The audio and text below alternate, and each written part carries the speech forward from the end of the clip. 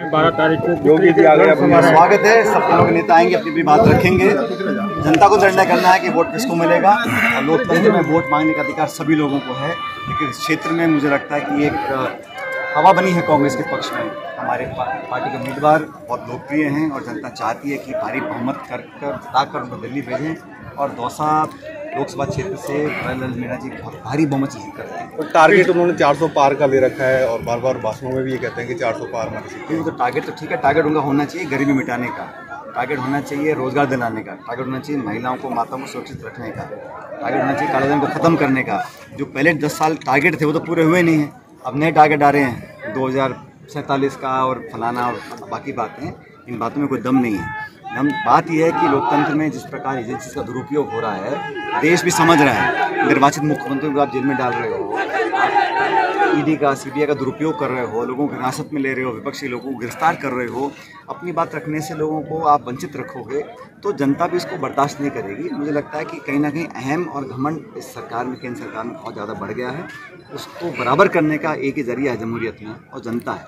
इसलिए जब वोट पड़ेंगे 19 तारीख को तो भारी मतदान होगा और कांग्रेस पक्ष में। सर, लगातार कांग्रेस के एमयू पे लगातार सवाल उठा रहे हैं, हमलावर हैं, लगातार कह रहे हैं कि ये तो देश तोड़ने का एमयू है। ये तो अगर हम एक हर गरीब परिवार को लाख रुपए देना चाहते हैं, एमएसपी पे कानून बनाना चाहते हैं, 30 लाख नौकरी देना चाहते हैं, नरेगा का जो पेमेंट है उसको 400 रुपये करना चाहते हैं, इसमें कहाँ से देश टूट रहा है? हम तो जोड़ने की बात करते हैं। राहुल गांधी जी कहते हैं भारत जोड़ो यात्रा निकाल रहे हैं, पैदल चलते हैं, लोगों को गले लगाते हैं, लोगों में दुख दर्द बांटते हैं, जख्मों में मरहम लगाने का काम करते हैं।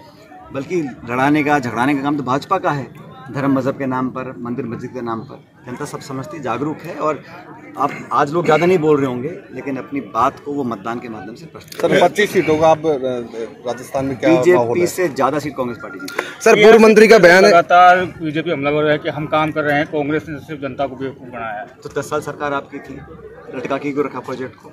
और जब सरकार बदलेगी तब करेंगे। तो ये तो पक्षपात है ना, ये तो सरकार का रंग देख के, अगर हमारी सरकार बनेगी तो हम साइन करेंगे, नहीं तो नहीं करेंगे। आज तक खुलासा नहीं हुआ, मेरे को पता नहीं आरसीपी का सब बोल रहे हैं, वो एमओयू देखा किसी ने आज तक?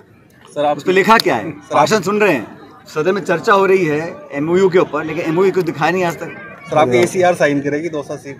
भाई वो तो मैं तो आग्रह कर सकता हूँ, हमने वोट मांगी है और बड़ी विनम्रता से मांगते हैं, हम उस प्रकार का घमंड नहीं है। मैं तो बड़े आग्रह किया है, अनुरोध किया है, विनम्रता से अपील वोटों की है। ये राजनीति करना चाहिए, अधिकार जनता का है किसको वोट डालेंगे, लेकिन मेरा मन ये कहता है कि इस बार दौसा से कांग्रेस पर। सर, लास्ट सवाल पूछेंगे, बीजेपी की राजनीति में पहले सांप, फिर नाक, फिर फुआ, फिर फूफा आ गए हैं, इस तरह के देखते हैं दोस्तों में राजनीति में। देखो, मुझे लगता है कि शब्दों का प्रयोग बहुत सोच समझ के किया जाना चाहिए, और विरोधियों का मान सम्मान करना चाहिए, और जनता हमारे आचरण को देखती है, हमारे शब्दों को सुनती है, तो शब्दावली का प्रयोग बहुत सोच समझ के होना चाहिए। और मैंने जीवन में हमेशा ये रखा है कि हम विरोध भी करते हैं, सैद्धांतिक हो, नैतिक हो, लेकिन ये व्यक्तिगत जो बातें बोली जाती है चुनाव में, मैं समझता हूँ इसको उससे अवॉइड करना। सर, ने पुकला माता की कसम खाई है कि मैं आरक्षण खत्म नहीं होने दूंगा, बीजेपी कभी आरक्षण खत्म नहीं होगा। उनके हाथ की बात नहीं है ना, उनके हाथ की बात नहीं है।